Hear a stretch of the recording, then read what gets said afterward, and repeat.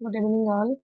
And आज का topic है हमारा ल्यूकोपोइसिस। ल्यूकोपोइसिस का मतलब फॉर्मेशन ऑफ डब्ल्यूबीसी। तो हम लोग लास्ट क्लास में हम लोग देखे थे कि एरिथ्रोपोइसिस कैसे फॉर्मेशन होगा, मतलब द फॉर्मेशन ऑफ आरबीसी। तो इस वीडियो में हम लोग देखेंगे कि हमारा ल्यूकोपोइसिस का मतलब फॉर्मेशन ऑफ डब्ल्यूबीसी। ठीक है, तो देखो, the process of development and maturation of white blood cell called the leukopoiesis is a part of the haemopoiesis. ठीक है, तो हेमोपोइसिस हम लोग पढ़े थे कि एरिथ्रोपोइसिस, ल्यूकोपोइसिस, थ्रोम्बोपोइसिस। तो हमारा एरिथ्रोपोइसिस वो कंप्लीट हो गया। अभी हम लोग पढ़ेंगे हमारा ल्यूकोपोइसिस। तो ल्यूकोप्रोसिस वही सेम हमारा जो भी थ्योरी था, जैसे कि स्टेम सेल से हमारा माइलॉइड, लिम्फोइड। लिम्फोइड में हम लोग ओनली लिम्फोसाइट फॉर्मेशन करेंगे। बाकी तुम्हारे जितने सेल होंगे वो तुम्हारा आएगा फ्रॉम द माइलॉइड सेल। तो ये भी सेम चीज है। हमारा ल्यूकोप्रोसिस को हमको उसको दो टाइप में डिवाइड कर दे। एक है तुम्हारा ग्रैनुलोसाइट है, मोनोसाइट। और एक तुम्हारा है लिम्फोसाइट। इसका मतलब है कि तुम्हारा जो भी ग्रैनुलोसाइट एंड मोनोसाइट है वो तुम्हारा आएगा कहाँ पे, तुम्हारा माइलॉइड सेल्स। और तुम्हारा जो लिम्फोपोइसिस है, ओनली लिम्फोसाइट जो फॉर्मेशन होगा वो तुम्हारा आएगा लिम्फोइड सीरीज में। ठीक है, तो हमारा स्टेम सेल्स में दो सीरीज था ना, एक माइलॉइड था और एक लिम्फोइड था। तो माइलॉइड में तुम्हारा आएगा ग्रैनुलोपोइसिस, इसका मतलब जो तीन ग्रैनुलोसाइट हो गया उसके साथ मोनोसाइट। और जो तुम्हारा लिम्फोइड सीरीज में तुम्हारा आएगा ओनली लिम्फोसाइट। ठीक है, ओके। तो चलो नेक्स्ट स्लाइड में जाएंगे। तो नेक्स्ट स्लाइड में है तुम्हारा formation of granulocyte and monocyte. तो याद है हम लोग जो एरिथ्रोपोइसिस में हम लोग पढ़े थे, सीएफयू, बीएफयू। सीएफयू को जो कॉलोनी फॉर्मिंग यूनिट या बर्स्ट फॉर्मिंग यूनिट। तो यहाँ पे भी तुम्हारा वही कॉलोनी फॉर्मिंग यूनिट आएगा, सीएफयू। देखो यहाँ पे लिखा हुआ है ना, colony forming unit CFU GM. G for granulocyte, M for monocyte, CFU GM. तो यहाँ पे देखो सीएफयू जी का मतलब कॉलोनी फॉर्मिंग यूनिट ग्रैनुलोसाइट। तो ग्रैनुलोसाइट में तुम्हारा तीन आ जाएगा, न्यूट्रोफिल, एसिनोफिल, बेसोफिल। यहाँ पे देखो colony forming unit EO, EO for eosinophil. Then B A, B O for basophil. क्या है मैं नेक्स्ट स्लाइड में तुमको समझाऊंगी। Then C F O M, M for मतलब क्या है, C F O colony forming unit monocyte. ठीक है, तो जो प्रोसेस में तुम्हारा ग्रैनुलोसाइट फॉर्मेशन होगा उसको हम लोग बोलेंगे ग्रैनुलोपोइसिस। जो फॉर्मेशन में हमारा ओनली मोनोसाइट फॉर्म होगा और तुम्हारा जो माइलॉइड सीरीज, तो उसको हम लोग बोलेंगे मोनोसाइट माइलॉइड सीरीज। तो पहले हम लोग देख लेते हैं हमारा जो भी माइलॉइड सीरीज क्या है, माइलॉइड सीरीज में क्या होता है। माइलॉइड सीरीज के बाद हम लोग करेंगे लिम्फोइड सीरीज। ओके,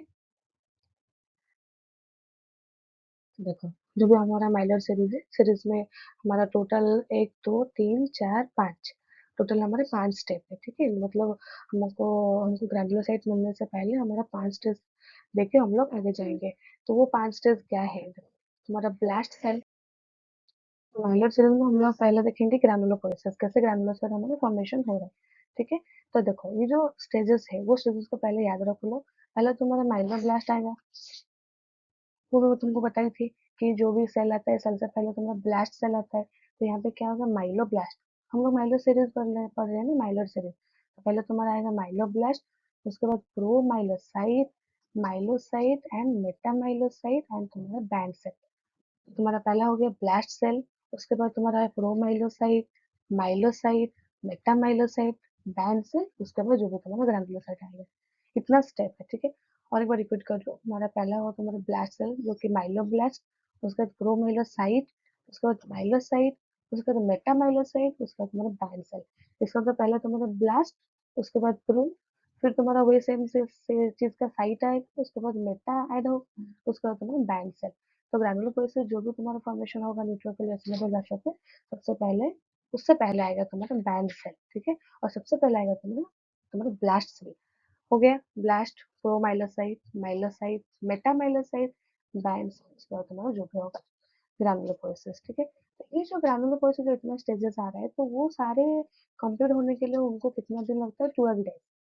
ठीक है, जैसे तुम्हारा एरिथ्रोपोइसिस को 7 डेज लग रहा था, तो ऐसे तुम्हारा ल्यूकोपोइसिस को टोटल तुमको 12 डेज चाहिए। मतलब बोन मैरो के अंदर जो इतना सारा प्रोसेस हो रहा है, फाइनली डब्ल्यूबीसी और ग्रैनुलोसाइट फॉर्मेशन होने के लिए उसको कम्प्लीटली 12 डेज लगता है। इसके बाद वो मैच्योर होने के बाद बोन मैरो से जब नीडेड उसको जब चाहिए वो ब्लड से भेज देता है। ठीक है, ये होता है तुम्हारे माइलर सीरीज। माइलर सीरीज में क्या क्या स्टेप आते हैं, वो टोटल स्टेप और टोटल कंप्लीट प्रोसेस 12 डेज लगता है। ठीक है, उसके बाद देखो ये जो हमारा जितना स्टेजेस हम लोग पढ़े, blast, promyelocyte, myelocyte, metamyelocyte, band cell and तुम्हारा जो भी फाइनली तुम्हारा ग्रैनुलोसाइट आएगा, तो उसका कैरेक्टरिस्टिक्स हम लोग देखते हैं।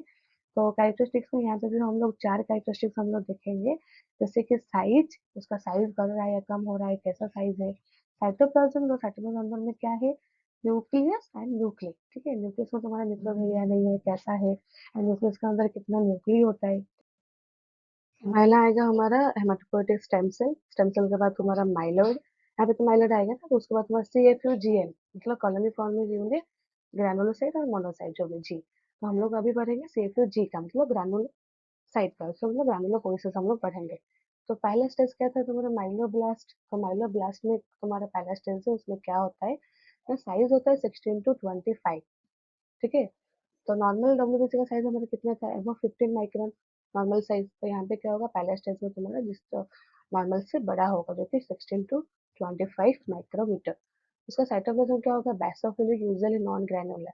तो नॉर्मली हमारे क्या होता है, डब्ल्यूबीसी इज न्यूक्लिएटेड सेल, लेकिन यहाँ पे क्या होगा, डब्ल्यूबीसी इज उसका साइटोप्लाज्म के अंदर कोई ग्रैनुल्स नहीं होता है, इसलिए उसको हम लोग बोलेंगे नॉन ग्रैनुलर। न्यूक्लियस होता है तुम्हारा सेंट्रल राउंड, सेल्स का अंदर क्या होता है, ग्रैनुलस नहीं होता है, इसलिए उसको हम लोग बोलेंगे नॉन ग्रैनुलर। एंड न्यूक्लियस में क्या होता है, सेंट्रल राउंड रेटिकुलर क्रोमैटिड, का मतलब सेल्स के अंदर न्यूक्लियस होगा, उसके अंदर न्यूक्लियस भी प्रेजेंट होगा, जो कि 3 to 5 जो न्यूक्लियस को कनेक्टेड करता है, वो तुम्हारा क्रोमेटिन में प्रेजेंट रहेगा, ठीक है। तो उसका सेकंड स्टेज देखो तुम्हारा प्रोमाइलोसाइट। तो माइलोब्लास्ट में क्या होगा, नॉर्मल साइज से थोड़ा सा ज्यादा है, साइटोप्लाज्म के अंदर कोई ग्रैनुल्स नहीं होता है, न्यूक्लियस प्रेजेंट होता है, उसके अंदर भी तुम्हारा 3 to 5 न्यूक्लियस होता है, रेटिकुलम टाइप का क्रोमेटिन भी होता है। तो इसमें क्या होगा, देखो साइज तुम्हारा 15 to 20, इसका मतलब साइज क्या होगा, थोड़ा सा डिक्रीज होगा, कभी कभी ऐसा भी होता है डिक्रीज नहीं होता है, वो सेम जितना साइज होता है वो भी रहता है। तो यहाँ पे तो साइज थोड़ा सा डिक्रीज होगा। साइटोप्लाज्म के अंदर यहाँ पे अभी ग्रैन्यूल्स अपीयर होगा, वो भी कौन सी कलर का, पर्पलिश कलर, मतलब पर्पल और रेड कलर का, ठीक है, रेडिश पर्पल कलर का हम साइटोप्लाज्म में ग्रैन्यूल्स अपीयर होगा।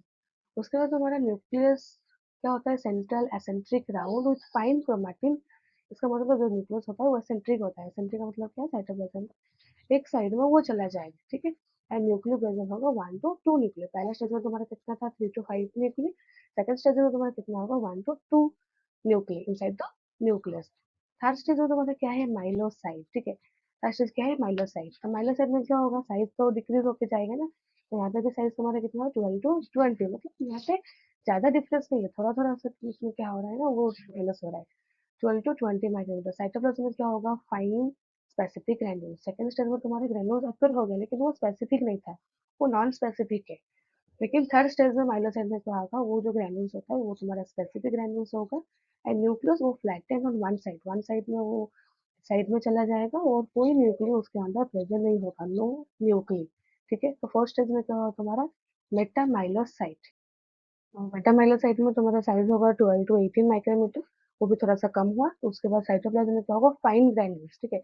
सेकंड स्टेज में तुम्हारा ग्रैन्यूल्स अपीयर होगा। थर्ड स्टेज में क्या होगा, वो स्पेसिफिक ग्रैन्यूल्स होगा। एंड फोर्थ स्टेज में जो तुम्हारा मेटामाइलोसाइट है, वो जो ग्रैन्यूल्स होता है, वो ग्रैन्यूल्स फाइन ग्रैन्यूल्स होता है, मतलब हमको दिखते पता चल रहा है कि नहीं, वो उसके साइटोप्लाज्म के अंदर क्या होता है ना, फाइन ग्रैन्यूल्स प्रेजेंट होता है, ठीक है। और तुम्हारा न्यूक्लियस क्या होगा, एसेंट्रिक किडनी से वो थोड़ा सा क्या होगा, साइड होके किडनी से सेट से वो आ जाएगा। उसके बाद course chromatin that that the microsite, या उसमें कोई न्यूक्लियस भी प्रेजेंट नहीं है, क्योंकि पहले स्टेजेस में वो न्यूक्लियस डिसअपियर हो गया था। उसके बाद तुम्हारा क्या, मेटामाइलोसाइट, ठीक है। मेटामाइलोसाइट में क्या होगा, देखो 12 to 15 माइक्रोमीटर, वो धीरे फिर से कम हुआ।